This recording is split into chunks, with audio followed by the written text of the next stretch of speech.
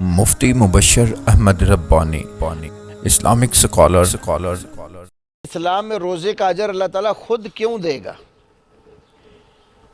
تو روزہ ایک ایسی عبادت ہے جو بندے اور اللہ کے درمیان ہے۔ نماز پڑھتا ہے، زکوٰۃ دیتا ہے، حج کرتا ہے، عمرہ کرتا ہے۔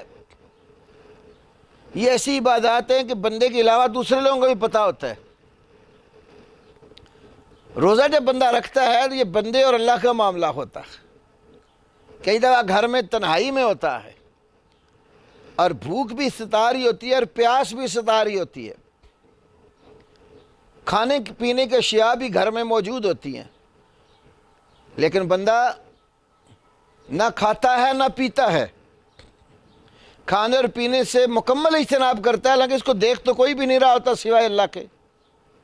تو بندہ اس لیے کھاتا پیتا نہیں ہے کہ اس کو پتہ ہے کہ میں نے اللہ کے لیے روزہ رکھا ہوا ہے، اگر میں نے کھا اور پی لیا تو میرا اللہ دیکھ رہا ہے، میرا روزہ ٹوٹ جائے گا۔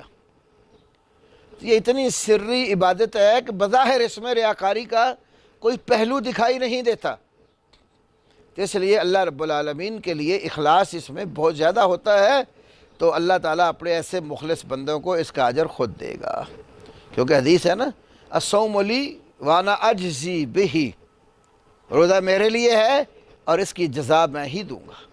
اور اس حدیث کو بعض علماء نے یوں بھی پڑھا ہے، الصوم لی وانا اجزا بہ، روزہ میرے لیے ہے اور اس کی جزا اور بدلہ میں بذات خود ہوں۔